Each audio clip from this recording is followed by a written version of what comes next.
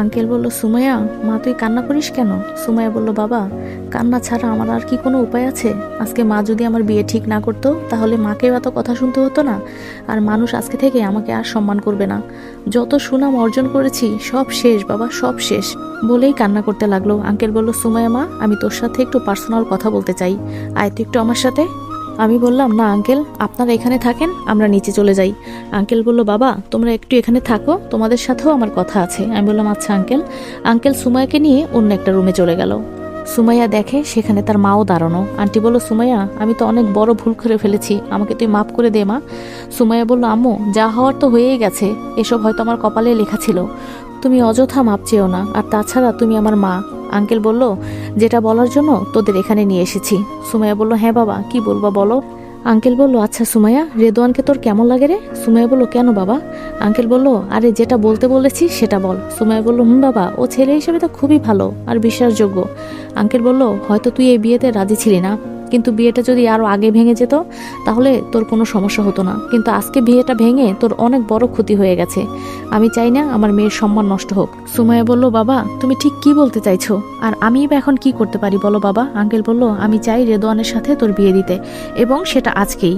আর আমি শুরু থেকে দেখে আসছি ছেলেটা তোকে খুব ভালো খেয়াল রাখবে। সুমাইয়া বলল, কিন্তু বাবা মানুষ কি বলবে ওর সাথে যদি আমার বিয়ে হয়?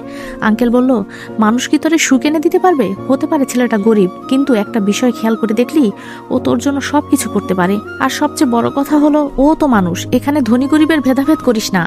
আজকে একটা জিনিস তোরে দেখাই, তুই একজন মন্ত্রী, তোরে বিয়ে করার জন্য হাজার হাজার ছেলে দাঁড়িয়ে থাকবে, কিন্তু ওরা তোকে বিয়ে করবে কেন জানিস? তোর টাকার জন্য। আজকাল দেখিস না মানুষ টাকার জন্য কি কি করতে পারে? আমি মনে করি সেই হিসাবে রেদওয়ান ছেলেটা খুবই ভালো, ও কোনো দিন তোকে কষ্ট দেবে না, সেটা আমি জোর দিয়ে বলতে পারি। ছেলেটা যদিও গরিব তবু তোরে খুব সুখে রাখবে, দেখিস। আর এখন বাকিটা তোর সিদ্ধান্ত। আন্টি বলল, হ্যাঁ রে মা, আমি তো একটা ভুল করে তোর জীবনটা নষ্ট করতে চাইছিলাম, তুই আর এমনটা করিস না। রেদওয়ান ছেলেটাকে আমার কাছে খুব ভালো লাগছে, তুই রাজি হয়ে যা মা, তোর বাবার কথা ফেলিস না। সুমাইয়া বলল, আচ্ছা বাবা তোমরা যা ভালো মনে করো তাই করো, আমি তোমাদের কথা ফেলবো না। আঙ্কেল বলল, আমাদের মতো বাবা মায়েরা আজকাল কি করে জানিস? মেয়ের ইচ্ছের বিরুদ্ধে ছেলে মেয়েদের বিয়ে দিয়ে দেয়, কিন্তু ওদের পছন্দের অপছন্দের কোনো খোঁজ খবর নেয় না। দিন শেষে দেখা যায় কি তাদের সংসার একদিনও টেকে না, কেউ মারা যায় কেউ পালিয়ে যায়। আমি এমন বাবা হতে চাই না। যদি তোর রেদওয়ানকে পছন্দ হয় তাহলে বলতে পারিস, নইলে আমি তোকে কোনো জোর করবো না মা। সুমাইয়া তার বাবাকে জড়িয়ে ধরে বলে, বাবা তুমি এত ভালো কেন? আমি রাজি, তুমি সব কিছু রেডি করো। আঙ্কেল বলল, আচ্ছা রে মা। আন্টি বলল, রেদওয়ানের মাকে ফোন করেছি, ওনারা আসছে। মারিয়া বলল, রেদওয়ান তোর ভালোবাসা সত্যি রে, কোনো কমতি নাই তোর ভালোবাসায়। আমি আজকে বুঝতে পারছি সত্যিকারের ভালোবাসার একদিন না একদিন জয় হবেই। এখন তুই ম্যামের পেছনে লেগে থাক, দরকার পড়লে আমিও আছি তোর পাশে। আমি বললাম, রে মারিয়া, ওপরওয়ালার কাছে হাজার হাজার শুক্রিয়া, তবে এখন তো ম্যামের বিয়ে ভেঙেই গেছে, কিন্তু আমি কি ম্যামকে পটাতে পারবো? মারিয়া বলে, যদি না পটাতে পারিস তাহলে আমি তোরে পিটিয়ে লম্বা করে ফেলবো। আমি চাই না তুই অন্য কারো মতো পাগল হয়ে যা। ওই দেখিস না, যারা সত্যিকারে ভালোবাসে তারা যদি তার প্রেমিকাকে না পায়, কেউ কেউ আত্মহত্যা করে, আবার অনেক মানুষ পাগল হয়ে যায়। আমিও চাই না তুই সেই মানুষের কাতারে যা। যেভাবেই হোক ম্যামকে তুই বিয়ে করবি, দরকার পড়লে তার জন্য তৃতীয় বিশ্বযুদ্ধ করব। মানুষ বলতে পারবে ভালোবাসার জন্য একটা ছেলে তৃতীয় বিশ্বযুদ্ধ করেছে। মারিয়ার কথা শুনে আমি হাসতে লাগলাম। মারিয়া বলল, কিরে শালা, আমি বলি ভালো কথা আর তুই হাসিস কেন? আমি বললাম, ভালোবাসার জন্য তৃতীয় বিশ্বযুদ্ধ ব্যাককল ছেড়ি, আমি যুদ্ধ করতে যাব কেন? দেখিস আমি ম্যামকে পটিয়েই ছাড়বো, এটা আমার ওয়াদা। মারিয়া বলল, এই তো আমি এখন তোর মনের ভেতরে সাহস দেখতে পাচ্ছি। আমি বললাম, ধুর শালি, এখন তুই সত্যি সত্যিই মাইর খাবি, আমার ভেতর সব সময় সাহস থাকে। মারিয়া বলল, জানি তো, সেটা হলো কুত্তার সাহস, এই সাহস নিয়ে চললে প্রথম দিনের মতো মাইর খাবা। আমি বললাম, কি? আমার তো এই মাইরের কথা মনে ছিল না, তোর আছে কিভাবে? আমার তো মনে হচ্ছে কোনোভাবে আমার প্রথম দিনের কিডন্যাপের সাথে তোর আবার জড়িত নয় তো? মারিয়া বলল, ও তো সন্দেহ একদম ঠিক জায়গায়, ধরা পড়লে জামিন নাই। আমি বললাম, কি চিন্তা করিস? মারিয়া বলল, এই তো। হঠাৎ কোথা থেকে ইসি এসে বলল, ভাইয়া নিচে চল, সবাই তোকে ডাকছে। আমি বললাম, আরে ইসি তুই এখানে কিভাবে, কার সাথে তুই এখানে এলি? ইসি বলল, নিচে চল ভাইয়া, তাহলে বুঝতে পারবি। মারিয়া বলল, রেদওয়ান আমার মাথায় তো কিছুই ঢুকছে না। আমি বললাম, আরে আমার মাথায় মনে হয় ঢুকছে, আচ্ছা দেখি চল নিচে গিয়ে কি এমন হয়েছে। নিচে গিয়ে দেখি আম্মু, সুমাইয়া, আঙ্কেল, আন্টি সবাই একসাথে বসে আছে, আর সুমাইয়া দাঁড়িয়ে আছে। ও মা, এখানে কাজী এলো কোথা থেকে? তাহলে কি সত্যি সত্যি সুমাইয়া ম্যামের বিয়ে হয়ে যাবে আজকে? কিন্তু কার সাথে, কিছুই তো বুঝতে পারছি না। আমি বললাম, আম্মু তুমি এখানে কখন এলে? আম্মু বলল, অনেকক্ষণ হয়ে গেছে, তুই এখানে বস। গিয়ে আমি আম্মুর পাশে বসলাম। আঙ্কেল বলল, রেদওয়ান বাবা তুমি তো আমার ছেলের মতো, তোমাকে একটা কথা বলতে চাই, আগে বলো রাখবে কিনা? আমি বললাম, কথা কি আঙ্কেল, বলেন, এটা আমার আদেশ। আপনি আমার বাবার সমতুল্য। আজকে যদি আমার বাবা কিছু বলতো তাহলে আমি অবশ্যই বাবার কথা রাখতাম, আর আপনার কথা রাখবো না এটা হয় না। আপনি শুধু আমাকে আদেশ করুন। আঙ্কেল বলল, আমি সত্যি তোমার মতো একজন ছেলে পেয়ে নিজেকে ভাগ্যবান মনে করছি। আসলে আমি তোমাকে যতটা ভালো মনে করেছিলাম তার থেকেও তুমি অনেক ভালো একটা ছেলে। এখন মূল কথায় আসি। দেখো বাবা, আমার মেয়েকে বিয়ে করার জন্য হাজার হাজার ছেলে দাঁড়িয়ে থাকতে পারে যদি একবার বলি, কিন্তু তোমার মতো ছেলে আমি খুঁজে একটাও পাবো না। তাই আমি সুমাইয়া আর তোমার বিয়ে আজকেই দিতে চাই। আর তুমি এতে ভয় পেও না যে একজন মন্ত্রীর সাথে তোমার বিয়ে হচ্ছে, সে তোমাকে মেনে নেবে কিনা। অবশ্যই আমার মেয়ে তোমাকে মেনে নেবে, আর এই বিয়েতে আমার মেয়ের মত নিয়েই আমি তোমার সাথে কথা বলছি। তোমার মা রাজি আছে, এখন তুমি কি বাবা রাজি আছো? আমি তোমার কাছে অনেক আশা নিয়ে কথা বললাম, আশা করি আমাকে হতাশ করবে না। আঙ্কেলের কথা শুনে আমি তো মনে মনে খুশিতে আত্মহারা হয়ে গেলাম। মেঘ না চাইতেই জল, এক লাফে চাঁদের দেশে খুশিতে চলে গেলাম, সেটাও আবার মনে মনে। তবে সরাসরি যদি আমি বলি এই বিয়ে করতে রাজি, তাহলে তারা মনে মনে বলবে আমি টাকার জন্য পাগল, তাই একটু ডিমান্ড দেখাতে হবে। পাশে তাকিয়ে দেখি মারিয়া দাঁড়িয়ে আমাকে ইশারা দিচ্ছে হ্যাঁ বলার জন্য, আর অন্য পাশে সুমাইয়া ম্যাম দাঁড়িয়ে আছে।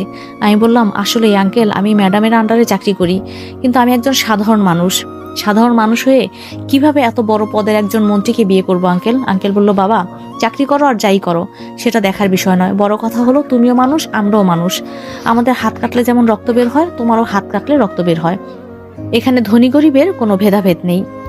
আমি বললাম, কিন্তু আঙ্কেল, আম্মু বললো এত করে বলছে যখন, বাবা তুই রাজি হয়ে যা, মেয়েটাও খুব ভালো, তুই রাজি হয়ে যা বাবা। আমি বললাম, আচ্ছা তোমরা এত করে যেহেতু বলছো আমি তাহলে রাজি। আঙ্কেল বলল, আলহামদুলিল্লাহ, তাহলে আজকে এই মুহূর্তে এখানেই তোমাদের বিয়ে হবে। আমি সুমাইয়া ম্যামের দিকে তাকিয়ে দেখি তিনি দাঁড়িয়ে দাঁড়িয়ে কি যেন চিন্তা করছে। হঠাৎ আমার নজরে পড়লো সুমাইয়া ম্যামের দিকে ছোট করে একটা লাল আলো জ্বলছে। প্রথমে ভাবলাম এটা হয়তো ম্যামের লাল শাড়িতে ওই ছোট ছোট কি জানি থাকে না, ওগুলোর আলো, কিন্তু আলোটা একদিকেই আছে, ম্যামের বুকের মাঝখান বরাবর। আমি তাড়াতাড়ি জানালার বাইরে তাকিয়ে দেখি পাশের ছাদে একজন রাইফেল দিয়ে ম্যামকে তাক করে আছে। আমি বাসা থেকে দৌড় দিয়ে ম্যামকে দূরে সরিয়ে দিলাম, আর যার কারণে গুলিটা আমার হাতে লেগে গেল।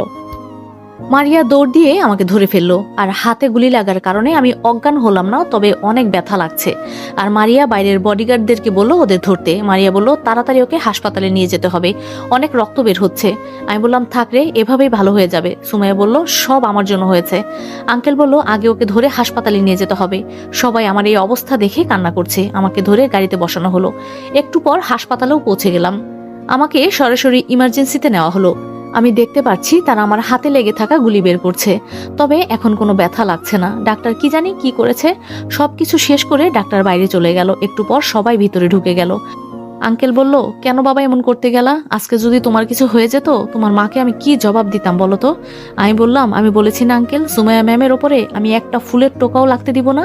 আম্মু বলল, তাই বলে তুই? আমি বললাম, আরে আম্মু কান্না করো না, কিছু হবে না আমার। সুমাইয়া বলল, বাবা আজকে সব কিছুর জন্য আমি দায়ী। আমি বললাম, ম্যাডাম নিজেকে নিজে দোষ দিবেন না। আর আঙ্কেল, আমি আপনাকে একটা কথা বলতে চাই। আঙ্কেল বলল, হ্যাঁ বাবা, কি বলতে চাও বলো। আমি বললাম, এই বিয়ে আমি এখন করতে চাই না। আঙ্কেল বলল, কি বলছো বাবা? আমি বললাম, আরে আঙ্কেল, বিয়ে করব, কিন্তু আমি আগে সবকিছু সমাধান করে তারপরে বিয়ে করব।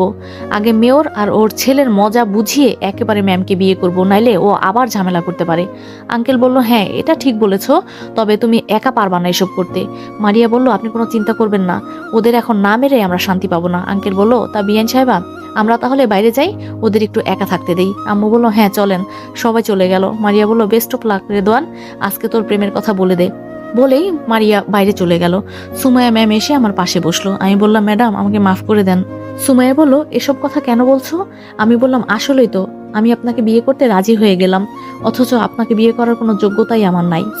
সুমাইয়া বলল, প্রথমত তুমি আমাকে আর ম্যাম বলে ডাকতে পারবা না। আমি বললাম, তাহলে কি বলে ডাকবো ম্যাম? সুমাইয়া বলল, আবার ম্যাম? সুমাইয়া বলে ডাকবা। আর কে বলেছে আমি এই বিয়েতে রাজি না? আজকে তুমি আমার জন্য যা করেছো, আমার জীবন দিয়ে হলেও এর কিছুই মূল্য শোধ করতে পারবো না। আমি বললাম, ম্যাম আপনাকে একটি কথা বলতে পারি? সুমাইয়া বলল, আবার ম্যাম? বলেছি না সুমাইয়া বলে ডাকবা। আমি বললাম, কিন্তু অভ্যাস হয়ে গেছে যে। সুমাইয়া বলল, 2 দিন পর যখন বিয়ে করবা তখন কি ম্যাম ডাকবা? আমি একটু লজ্জা পেয়ে বললাম, পরের বিষয়ে পরে চিন্তা করব। সুমাইয়া বলল, আচ্ছা এখন কি বলতে চাচ্ছ বলো। আমি বললাম, আপনি আমার প্রথম দেখার ক্রাশ। প্রথম যেদিন আপনাকে টিভিতে দেখি সেই দিনই আপনার উপর আমি ক্রাশ খেয়েছি। আর যখন সামনাসামনি অনুষ্ঠানে দেখি তখন তো নিজেকে আর ধরে রাখতে পারিনি। এত ভালো লাগে আপনাকে, বলতে পারেন ওই দিন তাহলে আপনার দিকে না তাকিয়ে কেন ফোনের দিকে তাকিয়েছিলাম। আসলে সেদিন আমি আপনাকে মিথ্যা কথা বলেছিলাম যে ফোন নষ্ট হয়ে গেছিল। ম্যাডাম, আপনাকে সামনে থেকে দেখলে আমি সহ্য করতে পারি না, মনে হয় যেন আমার ভেতরে ঝড় শুরু হয়ে যায়। আপনাকে এত এত ভালো লাগে আমার, তা আপনাকে বলে বোঝাতে পারবো না। তাই সরাসরি আপনাকে সেই দিন দেখি নাই, ফোনে আপনার লাইভ দেখছিলাম। জানি না কেন আপনাকে এত ভালো লাগে আমার, কিন্তু একটা জিনিস আজকে বুঝতে পারলাম, সত্যিকারের ভালোবাসা কোনোদিন শেষ হয় না। আপনাকে আমি কতটা ভালোবাসি তা বলে বোঝাতে পারবো না। বলতে পারবেন আজকেই কেন এই কথাগুলো আপনাকে বলছি? কারণ আপনার সাথে যে আমার বিয়ে হবে তা আমি আজকেই জানতে পারলাম, তাই একটু মনে সাহস পাচ্ছি। আর আমি যতদিন বেঁচে আছি আপনাকে আমার বুকের মাঝে আগলে রাখবো। জানি না আমার জন্য আপনার মনে ভালোবাসা আছে কিনা। সুমাইয়া বলল, এত ভালোবাসো তুমি আমাকে? আমি বললাম, হ্যাঁ, অনেক অনেক ভালোবাসি। সুমাইয়া বলল, এই কথা তুমি আমাকে আগে বলবা না? আমি বললাম, সবকিছু সবসময় বলা যায় না ম্যাম।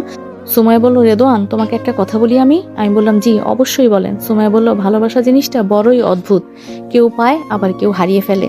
আমি হয়তো আমার সত্যিকারের ভালোবাসাটাই পেয়েছি, কিন্তু সবকিছুর জন্য মনে হয় একটা ফিলিংস দরকার হয়। আমারটা হয়তো এখনো হচ্ছে না, কিন্তু তুমি আমার পাশে এভাবে ভালোবেসে গেলে হয়তো হয়ে যেতে পারে। তবে তুমি কিছু মনে করো না, খুব শীঘ্রই আমি তোমাকে ভালোবেসে ফেলবো। যদি তুমি আমার পাশে থাকো, থাকবে তো আমার পাশে? আমি বললাম, সারা জীবন আমি আপনার পাশে থাকবো। আপনি যদি বলেন তাও থাকবো, না বললেও থাকবো। আমার কপালে সুমাইয়া একটা চুমু দিয়ে বলল, এটা আমার প্রথম ভালোবাসা স্পর্শ। আমি বললাম, সুমাইয়া? সুমাইয়া আমার দিকে তাকিয়ে বলল, তোমার মুখে আমার নামটা শুনে আজকে খুব ভালো লাগছে। আমি বললাম, আপনার হাতে কি আমি একটা চুমু দিতে পারি? সুমাইয়া বলল, নিজের বউর কাছে কি কখনো অনুমতি নেওয়া লাগে? আমি বললাম, এখনো হয় নাই, আগে আমার বউ হয়ে দেখো, তারপর তোমার কাছ থেকে কোনো অনুমতি নেব না। সুমাইয়া বলল, তাই নাকি স্যার? হেসে দিয়ে আমিও বললাম, তাই। আমি শিওর খুব তাড়াতাড়ি তুমি আমার প্রেমে পড়বে। সুমাইয়া বলল, তা তো দেখাই যাবে কেমন ভালোবাসতে পারো আমাকে। আমি বললাম, এমন ভালোবাসবো যা দেখে তুমি নিজেও আফসোস করবে। সুমাইয়া হাসলো। আমি সুমাইয়ের হাতটা ধরতেই মারিয়া বলল, একটা কাশি দিয়ে। আমি বললাম, আরে মারিয়া, তুই এখানে আয়। মারিয়া বলল, তা তোরে